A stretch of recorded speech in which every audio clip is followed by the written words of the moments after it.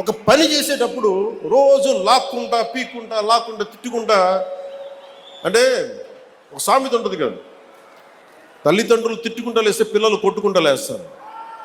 అలాగా నాయకులు ఎప్పుడు పరస్పరం తిట్టుకుంటా ఒకళ్ళు పొడుచుకుంటా ఉంటే వేదిక పైన నాయకులకు కానీ రాష్ట్ర స్థాయిలో ఉన్న నాయకులందరికీ కూడా మా అందరి బాధ్యత, మీరు మా మీద భరోసా పెట్టారు. మీరు లేకపోతే 93% కూటమికి, జనసేనకి 100% స్ట్రైకింగ్ రేట్. ఇవన్నీ ఎందుకు ఇచ్చారు? నేను పదే సభలు ఇదే చెప్తున్నాను, కూటమికి కూడా ఇదే చెప్తున్నాను, కూటమి నాయకులందరికీ కూడా. దయచేసి దీన్ని ఒకళ్ళు ఎక్కువ ఒకళ్ళు తక్కువ కాదు, అందరం చాలా అవసరం, ఒకళ్ళకొకళ్ళు అందరం చాలా అవసరం.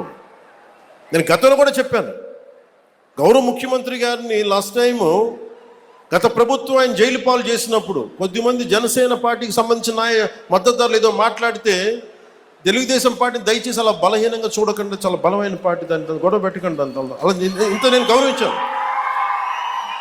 అంటే మీకు అడ్వర్సిటీ రివీల్స్ ట్రూ క్యారెక్టర్ అంటాం. ప్రతికూలత పరిస్థితుల్లో మీరేంటి, ప్రతికూల పరిస్థితుల్లో నీ సత్తా ఏంటి, అది కదా.